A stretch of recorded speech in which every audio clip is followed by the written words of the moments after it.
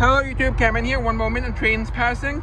I'm gonna say I've gone back to the early 1900s dump. I can't remember exactly what I called it, but anyway, it's right near the Hillside dump. And I just found my first whole bottle. I didn't think there was anything left here, but a tree just fell at the dump and exposed some area where there's some bottles. So far, this is the only whole one though.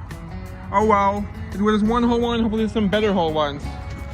Hey guys, the dust is getting to me. I'm gonna have to switch spots soon because it's too dusty. But anyway, I just found something that would have been amazing. I found 2 pieces of it. Really beautiful glass vase. Oh well. Hopefully I'll find a whole one. Guys, I have my first crock in the hole and it looks whole. I can see the bottom. I think I might have a crack in it though, so I have to be very careful. Hey guys, I'm at the Hillside dump now and I got what looks like a crock in the hole. I'm so excited to get it out. Guys, unfortunately it turns out not to be a crock. It's it's an ironstone china pot. And it's missing the handle, so I'm not sure if I'm even going to take it. Oh well, that's disappointing. I thought I had my first crock. I got so excited. Oh well, I'm not sure if I'm going to take it even. Oh well. I also got a milk and magnesia, but let's keep digging. Hey guys, just got a vintage cowbell. I'm not going to take it because it's not in good enough condition because it's iron. I thought I'd show it. Bye. Hey guys, I'm back. Just got a really awesome bottle. Hopefully it doesn't develop any bruises or cracks, because so far it has no damage whatsoever. It's a Choc-Lo, whatever that is. I'll have to look it up where it's from and stuff. It has no chips, no damage, no bruises, and the original content. At least that's what it looks like, and the original lid. Nice. Has some case wear, but I'm hoping it survives. Oh my god, it looks so good. So I have to hope the label survives. That means I'm going to stop soon. So I was planning to dig at least until I got at least one item good enough for my collection. So assuming it doesn't develop any damage, this means I'm done. Hey guys, just got something good as I was about to give up. It's an extract of some sort. I can't tell what it says yet. It's like Nancy extract. I'm not sure what it is. I don't know what this is. It's like a miniature whiskey. It's really cool though. Whoa, and I think it's blown. It does no damage. It doesn't seem to, except the seal came off when I pulled it out. Nice. Beautiful. Get it to focus. Whoa. I'm gonna stop soon. I was actually about to stop, but then I found this, so that means I'll go a bit longer. Hey guys, just got a really nice piece of pottery. Unfortunately, it has a few chips in it, and it's missing one of the handles. I'm still gonna take it because it's an especially nice piece of pottery. It has a few chips and it's missing the handle, but still pretty cool. So I think I'm gonna take it. It's in here for now. Hopefully I'll find the other pieces. It's got something nice. Unfortunately, it's already developing bruises. I'll take it for now, and hopefully it won't be too many bruises to be tolerable. It says Puritan All. Puritan All Co. Waterbury, Connecticut. Nice. I'll dig a bit longer because it just hasn't been good. Hello YouTube, because it's got a good bottle. Hopefully it doesn't develop any bruises or cracks. It's a B. Antonini from Austining. I already have one, but maybe this one's in better condition. We'll see. Nice. Hey guys, I'm on my way out of the dump now. I got some good stuff, as you know. I have to be careful not to damage anything on the way out of the dump because it's basically a cliff. This is like level, to give you an idea, and it's really straight down. Unfortunately, the camera doesn't really capture it. One thing that's bothered me for ages is there's a trail between the private road I live on and another road. Which is what I take to get back to or from the dump, actually. But anyway, what I was saying, or just to get to town, to the main area of town in general. And anyway, what I was saying is, there was a storm, I don't even know how many years ago, at least 3 or 4, probably more. It's a big storm that downed this power line, and they never put it back up. It still works, they made it so it's operational, but it's been like low enough that in the spot coming up, you can actually touch it easily. And look at this, and it's been like this for years. The problem is that it could easily be taken out. I mean, if even a small tree fell on it, that could cause a major problem. See, look, this is my hand. I'm reaching above my head, but not that far above my head. And it keeps getting lower. See, there's already some trees and stuff growing on it. I mean, like seriously, this is crazy. Look how low this is. Now it's at my head level, actually lower. Now it's lower than my head. This is crazy. I mean, they really need to fix this. It's been this low. I don't know how much of the neighborhood this power line covers. Oh, you know what? You know how right I was that what I thought was going to happen happened? Well, it happened. Fortunately, it doesn't look like it took out the power. But, oh my god, that's what they did to try to fix it. They literally tied a little rope to hold it up. I mean, just fix it. It's so lazy. I don't know if they're lazy or if they're just underfunded, to be fair. To be fair, they could just be underfunded, in which case it might not be their fault. They might not have the money to fix it. But look, there's literally a tree on it. Fortunately, it wasn't strong enough to take out the power, but one day One of them will be. Hello YouTube, Cameron here. I'm back with a review, and here is Shmoo. Shmoo, say hello. Come here. Look at the camera. Hey, pretty girl. Head looks so big from this camera angle. We need to get the film on. Okay. Let's see. I'll save the bottles for last. First, there's this dish, which I don't know if it has any markings on it. I wanted to check, which is why I took it. I was hoping it would be a souvenir tray of some sort. But this dump, which I've not been to in ages, mostly dates from the 1920s and 30s, but it has some late throws, as you will see. So, sorry about that, I'm back. So as I said, I was hoping this was a souvenir tray, but it does not seem to have any markings on it. Some sort of like plain aluminum saucer. Oh well. Yep, okay, next item is I got two mason jar lids. Unfortunately, this one got chipped up on the way home. It probably dates to the 40s or earlier, or anywhere from about 1900 to 1940s. It's hard to tell. Unfortunately, it got chipped up. It still can be reused, so that's why I took it. Then there's this one, which did not get chipped up, but the inside of the lid is broken. But still, it looks nice for reuse. Then there's this plain lid, which is kind of interesting. It looks very like it was ground. Unfortunately, I don't have what the lid would have been for, so that would be nice. Still got some good stuff though. This probably dates to about the 50s or 60s. It's an ink cartridge for a fountain pen from the 50s or so. And it still has all of the ink inside, or at least it seems to, which is interesting. They never used it. Maybe their pen broke or something. That's what I'm guessing. But yeah, it's a ink cartridge for a fountain pen, and you can see it still has all the ink inside, or at least a lot of it. Nice. And it says wherever, number 90 WB, washable blue. Insert this end in barrel. Then this little figurine, unfortunately, it's missing both of its arms and one of its legs. And interestingly, I think it's supposed to be a corpse of a Native American. It looks like a Native American style outfit. So anyway, it looks like a corpse of a Native American based on the pose, because this is how it sits. Unfortunately, as you can see, it's missing a leg and two arms, so it's quite beat up. But anyway, that kind of fits with what it's supposed to be, because it's supposed to be a corpse, at least as far as I can tell. It's kind of interesting for a children's toy. And unfortunately, no maker's mark. It's pretty detailed though. You can see on the back too, there's detail. Let me get to the focus. Yeah, there you go, now you can see. And then there's this toy figurine, which I dug up. The other one was a surface find. Unfortunately, he's missing one arm. The arm that, it's a pitcher, and it would have been holding a baseball in the other arm. Pretty nice though, and it still has the original paint. Probably dates to the 50s or so, maybe 60s. Yeah, but pretty nice.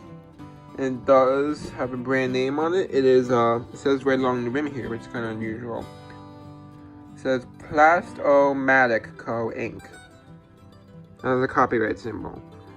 Interesting. That's a neat find. Then there's this Texaco logo. All of this stuff so far is not from the main dump, the 1920s and 30s dump. This is from a newer section of it, a newer dump that's right near it. And then I didn't find that much stuff there. But anyway, then I found this Texaco logo. I don't know what it would have been attached to, but that would be good for art or something. I'm not sure what yet. Or I might just keep it the way it is, because it's pretty cool. Yeah. Unfortunately, no information on it. Pretty cool, though. And then now we're moving on to the older dump, which dates to mostly 1920s to 30s, but there is some late throws. This, I'm not sure how old it is, but the newest it could be, based on the section I get in, is 1920s. So, yeah, look at that. Unfortunately, it has quite a few chips on this side, and it's missing one of the handles. But the reason I took it anyway is just because it's an especially nice piece of pottery, so that helps make up for the damage. It's a point where I'll at least do some research before deciding if I'm going to keep it or not. But look at that, it's really beautiful. Look at that design. Unfortunate that it's missing one of the handles, which I did not find in the dump also. It would have been nice if I could have reattached it. Oh well, but it probably broke, and that's why it was thrown out. Is what I'm thinking. And then here's the other side, which displays a bit better, but it has no chips on it, even though it's still missing one handle. So I'll probably display it facing this way. Real beautiful though. So the newest it could be is 1930s, but probably older. Then it has some numbers on the bottom, but unfortunately it does not have at least noticeable maker's mark. It has some numbers and letters. Unfortunately, I cannot fully read it. And it has a little painted number too. Let me get it to focus here. Maybe one of you knows the marks here. I'm hoping you will. I'm having trouble reading it. It's like H something something 8. I don't even know what it says exactly. So I'm having trouble identifying the maker. Yeah. Let's try it the other way. Maybe some of it's upside down. Yeah. Oh well. Really beautiful though. Yeah, look at that. And then let's move on and we'll go from left to right. First, there's this. It's a Puritan All from the Puritan All Co. And that is from Waterbury, Connecticut. It has 2 bruises in it, but other than that, it's quite good. Condition-wise, it's pretty much near mint condition other than 2 bruises it developed, which developed pretty quickly actually. One there, and then one on the heel. Other than that, it's quite good. So, okay, condition. Fortunately, I did find one other Puritan All bottle, but I did not find any information. So I don't know if it's worth keeping or not. So for now, I'm gonna keep it. It's a pretty cool name. Would have been soda, I'm sure. Nice bottle. Probably 1920s, early 20s. And this is probably also like early 1920s. Has no damage other than some... It's really weird. I guess someone must have had something against this bottler or something. I found the majority of the bottles I've found by this company have had the same weird gunk inside. I don't know, maybe someone was repurposing it for some other product. That's what I'm guessing. It all has the same sort of weird gunk in the bottom. This one's one of the less severe ones, but this one at least the gunk is fully hardened. In the other ones, it's still like gelatinous goop. So yeah, this one's better than the other one, but it's a really nice milk bottle. I do have one not stained in my collection up here, which I'll show you. Right here, it has some paint in it, but this one they used to keep paint in. You see it's in much better condition. B. Antonini, Austin ink. Yeah, that's 1920s or so. Nice. I do have a larger one that has some cracks and bruises in it that developed over here somewhere. Right back here, and it looks exactly the same except it has some damage. Sorry, I got distracted. So yeah, it's a nice find. Good enough to sell. Unfortunately, the gunk's gonna be tough to get out. I think I'll just leave it and sell it like this because I don't know how to get it out. I don't want to risk damaging it in the process. Yep, quite interesting though. Beautiful bottle. Unfortunately, messed up. Then we're saving the best find for what I consider to be the best find for last. So this is a French bottle. I can't remember exactly what it says, but it's an extract for flavoring liquor. One moment, I'm looking up my information. Here, for some reason, I couldn't find the document, so I just went back and found some more information. I had to look up the information again because for some reason I couldn't find the document. It's T. Norden, Nancy extract. It's for flavoring. It's for flavoring liquor. Like you would put it in, and they would have various flavors. Like, let me show you. There's a more modern version I found earlier. One moment, I'm looking it up. And mine is blown, by the way. Here's another example. See, it's for flavoring liquor. And interestingly, here's a cherry flavored one. Here's a different one. It's showing you would put it in like this drink, and there's the flavoring extract. Here's a more recent one. This one's a screw top version, I think. I can give you an idea of what the label might have looked like. This is a newer version, though, because my version is blown, for sure. It's an older version. But really beautiful bottle. Look at it. So that's definitely late, so it's blown. Yeah. Okay. Now, I've been saving the best for last. Here it is. It's a sealed soda bottle. This is definitely 100% original content. It has some gunk swirling around, but the original lid's on it, which for a crown top is not easy to do unless it's authentic. You see how it moves around inside? It's kind of like it's like thick fluid, probably because of it decomposing over time. You see how it moves kind of slowly, like oil?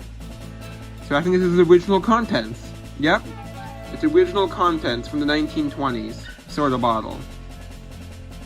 Has the original lid on it, and the thing with crown tops is since they're not screw tops, you can't really put the lid back on. So I assume it's original contents, since it still has the lid on it. And also because it's full all the way to the top. I don't think it's groundwater. It has some caseware, but other than that, it's in good shape. No bruises, no cracks. It is from New York City, and it has a kind of interesting history. I don't know how long the company existed for, and I could not find any other examples of the bottle, so I do not know the history. Could not find another example of the bottle, but I did find one court case related to it, which gave me a lot of interesting information. Here it is. Choc-Lo soda. It would have been a chocolate-flavored soda. They started in 1922, and I don't know how long they existed for after that, but this is probably from sometime around the early days, early 1920s. So that's a nice find. Look at that, Choc-Lo. Now I'll give you a little bit of history on that beautiful sealed soda bottle. Here it is. There's a court case from a man named Monroe S. Jacobs against the Choc-Lo Co. Inc. and the head of the company, Conrad Hubert. So it was the actual court case. I can't show you the whole thing, and I couldn't even print out the whole thing because it was over 200 pages of transcript. So I just printed some of the highlights. I printed the cause of the case, like what the case was over, and I printed, there's a whole thing where this is different promotional efforts that were done by the company when they were first started in 1922. And this court case is from 1923, so a year later. They're saying he was hired on October 13th, 1922, so when the company was first starting, he was hired to work for the company for the term of 1 year for the payment of $7,500, which is a pretty good pay back then. And then it's saying he was not paid the full salary, saying they never paid him. The part of the contract is that if he was fired before the year was over, he wouldn't get any money. But then they fired him with no provocation, basically, or he seemed, and then near the end of the, like when the year was almost over, they fired him with no provocation, basically because I guess they didn't want to pay him. And so this case was basically him forcing them to pay him what he was owed. It was a breach of contract. They paid him a little bit, it says, but they still owed him $6,875. And he ended up winning the case for the money. It shows that he was fired because they didn't want to pay, which maybe means, I don't know what the reason would have been, but maybe the company was doing poorly and that's why they didn't want to pay him. Or maybe they were just not, they were kind of crooked. I don't know. But here's some various information from them, like including a marketing plan. But here's a bit of the information. So let's see. Here we are. Plan for marketing in Choc-Lo in Greater New York. 80% sales for chocolate soda. So I guess that means the short other flavors too, indicating a demand for this flavor exists. So it's saying 80% sales of soda was chocolate flavored. Okay. Bottled soda generally being an article well-known popularity. So it's saying 80% of sales of soda in New York was chocolate flavored. I don't know if that's true or not. Maybe it is, I really don't know. It's saying 80% of soda sales were chocolate flavored at the time, which is why they made the decision to make it that flavor. A formula of pure ingredients have been perfected that will keep indefinitely. There being no real competitor in the field. This says there's a high demand for chocolate soda. Danger of infringement being eliminated as far as possible. You know what I thought was kind of suspicious? You know what this reminds me of, this logo, kind of? It reminds me a lot of the Choc-Lo logo I forgot to mention earlier. It reminds me a lot of it, at least from what I remember. But then again, I could be wrong, but let me know what you think.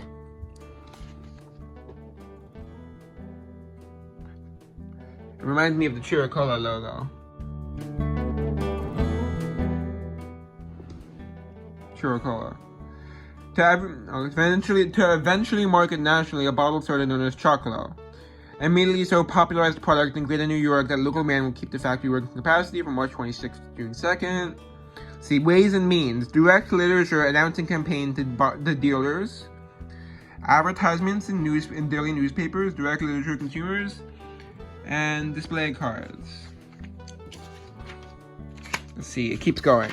And hand carts passed out on the street and placed in cars. Hand cards, I mean. So like basically trade cards.